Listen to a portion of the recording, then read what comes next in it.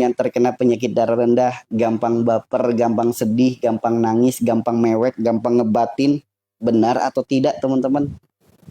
Sekarang saya tanya, apakah baper bisa sembuh dengan obat? Apakah baper bisa sembuh dengan kimia? Apakah baper bisa sembuh dengan herbal? Kan nggak bisa. Allah tidak akan merubah suatu kaum sebelum ia merubah dirinya sendiri. Maka barang siapa yang terkena penyakit darah rendah, kalau ingin sembuh dari penyakitnya, bukan apa herbalnya, apa obatnya, apa terapinya, rubahlah diri kita, kuatkan hati kita, kuatkan mental kita. Bagaimana cara nguatinnya?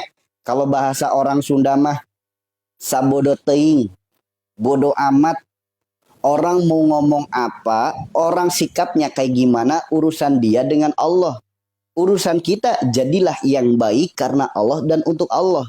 Terus tebarlah benih-benih kebaikan karena Allah dan untuk Allah. Karena kalau kita melakukan kebaikan untuk makhluk, itu adalah patah hati yang kita siapkan sendiri. Karena ketika kenyataan tak seindah harapan, mimpi bisa jadi bumerang. Maka kalau pengen sembuh dari penyakit darah rendah, jangan berharap bergantung kepada makhluk. Berharap dan bergantunglah kepada Allah. Jangan berharap semua orang akan memuji diri kita. Jangan berharap semua orang akan baik pada diri kita. Jangan, teman-teman.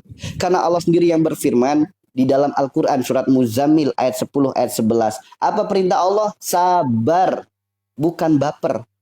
Lalu tinggalkan dengan cara yang baik, cukup aku kata Allah yang akan ngurus semuanya. Jadi Allah perintahkan diri kita untuk sabar, bukan untuk baper. Tinggalkan dengan cara yang baik. Kenapa Allah perintahkan diri kita untuk meninggalkan dengan cara yang baik? Karena Allah hanya karuniakan kepada diri kita dua tangan. Dua tangan ini tidak akan mungkin mampu menutup mulut orang-orang julid. Namun dua tangan ini masih bisa kita pakai tutup telinga kita. Jangan dengarkan ocehan mereka. Dua tangan ini tidak akan mungkin mampu menahan mereka berbuat jahat. Namun dua tangan ini masih bisa kita pakai, tengadahkan ke atas, doakan kebaikan untuk mereka. Bukankah Allah yang perintahkan, balaslah keburukan dengan kebaikan. Dan doa orang tersakiti, doa orang terzolimi, ijabah. Ada momen emas doanya diijabah, kenapa memilih untuk sakit hati? Ada momen emas doanya dikabulkan. Kenapa memilih untuk sakit hati? Ayo. Ternyata sakit itu disebabkan karena pilihan kita sendiri. Jangan memilih untuk sakit hati. Pilihlah untuk bahagia. Kebahagiaan jangan tempatkan pada mulut, pada sikap, perilaku, perbuatan orang lain. Bahagia itu milik kita. Jangan bergantung kepada makhluk. Karena semakin banyak orang tepuk tangan, semakin banyak nyamuk yang mati. Semakin kita mengharapkan pujian, mengharapkan pengakuan, mengharapkan sanjungan. Semakin lemah hati kita, semakin mati hati kita, semakin rendah darah kita. Apa manfaat pujian? Jika pujian itu melupakan diri kita, melalaikan diri kita, melupakan akan siapa diri kita. Karena sesungguhnya, alhamdulillahirrabbilalamin, segala puji hanya milik Allah. Kenapa mengharapkan pujian? Itulah darah rendah. Oke? Kalau pengen sembuh dari penyakit darah rendah, mulai saat ini, selamat tinggal baperan. Selamat tinggal sakit hati, selamat tinggal patah hati. Siap insya Allah? Siap insya Allah? Siap enggak? Kalau pengen sembuh, ya dirubah tuh dah. Allah tidak akan merubah suatu kaum sebelum ia merubah dirinya sendiri. Kalau pengen sembuh dari penyakit darah rendah, rubah diri Anda dari sifat baper, diganti jadi sifat kuat. Jadi suka ngebatin, suka cengeng, suka nangis, ganti mental yang kuat. Belajar hiduplah sabodo teing. Bodoh amat kata orang lain. Bodoh amat sikap orang lain kepada diri kita. Jadilah yang baik karena Allah dan untuk Allah. Terus tebarlah benih-benih kebaikan karena Allah dan untuk Allah. Jangan harapkan kebahagiaan pada makhluk. Yuk ilahi anta maksudi warido kamatlubi atini mahabataka wa marifataka. Segala apapun ya Allah engkaulah tujuanku. Ridomu adalah harapanku, cintamu adalah dambaanku. Bersama denganmu adalah kebahagiaan untukku. Bukan kepada makhluk. Oke? Insya Allah sembuh penyakitnya, bahagia hidupnya.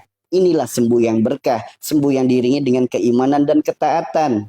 Sembuh penyakitnya, sifatnya jadi makin baik. Sembuh penyakitnya, perilaku perbuatannya semakin baik. Sembuh penyakitnya, ketaatannya pun semakin baik. Ini sembuh berkah. Oke? Ya. Sakit hati boleh. Karena sifatnya manusia, sabar itu sifat Allah, bukan sifat kita. Maka kita mohon kepada Allah, ya Allah, pinjamkanlah sifat sabarmu untuk hamba dan kuatkanlah kesabaran hamba. Engkau maha tahu keadaan hati hamba. Saat ini hati hamba sedang terluka karena perbuatannya.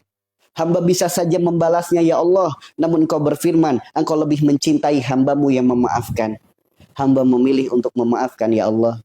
Meskipun ini sulit, maka bantulah hamba untuk bisa memaafkannya. Hamba memilih untuk memaafkan karena hamba mengharapkan cinta dan ridho darimu. Ilahi anta maksudi wa ridho kamat lubiyatini mahabataka wa marifataka. Indah hidupnya, damai hidupnya, tentram keadaannya. Itulah orang-orang yang segala sesuatunya ilahi anta maksudi, hanya untuk Allah. Wa ridho kamat lubi, hanya mengharapkan ridhonya. Atini mahabataka, hanya meraih cintanya. Sok bahagia hidupnya, sehat badannya, dijauhkan dari penyakit-penyakit. Siap insya Allah? Siap insya Allah? Pengen sembuh dari gatal-gatal di kala senja dan malam-malam dan subuh. Lihat, di dalam Al-Quran, malam sebagai pakaian, siang sebagai makanan. Ada beberapa penyakit yang kambuh ketika menjelang malam. Salah satunya penyakit tipes, DBD, ada jenis gatal tertentu. Ingat, malam itu pakaian. Siapa pakaian diri kita? Pakaian diri kita adalah orang-orang terdekat kita. Istri kita atau suami kita, anak-anak kita, itulah pakaian kita. Pakaian kita adalah hablum minallah kita. Lihat, ada nggak rasa cinta yang melebihi rasa cinta kita kepada Allah? Ketika rasa cinta itu kita berikan kepada pasangan, anak, ada nggak? Rasa cinta yang melebihi rasa cinta kita kepada Allah. Khawatir kondisinya, takut ditinggalkannya, cemas, kecintaan berlebih, overprotective, ada nggak? So, merenggut kebahagiaan pasangan, merenggut kebahagiaan anak, ada nggak? Sifatnya anak itu apa? Tabiatnya anak itu kan bermain. Namun ketika anak bermain, gak boleh kamu main ke sana, gak boleh kamu main ke sini. Overprotective. Ada nggak? Serakah tentang waktu. Mintanya diperhatikan, mintanya di ngertiin. Kitanya sendiri kurang memperhatikan, kitanya sendiri kurang ngertiin. So, muncul penyakit di malam hari. Tuh teman-teman. Diabetes, penyakit beberapa jenis gatal, kemudian penyakit tipes, DBD, itu kan penyakit yang biasanya kambuh di malam hari. Yuk, maka sekarang jadikan malam itu pakaian. Dalam arti pakaian apa? Indahkan malam kita, jangan serakah. Kita udah hidup selama 24 jam. Full siang hari untuk urusan dunia. Kenapa malam hari tidak dipakai untuk urusan akhirat juga? Ayo, sekarang perbaiki. Apa ikhtiarnya? At-Tahrim ayat 8. Menangislah yang lirih dalam keheningan malam, bermunajatlah. Cukup alam semesta menjadi saksinya, malaikat yang meminkan doanya. Ya Allah, hamba akui semua penyakit ini karena dosa-dosa hamba.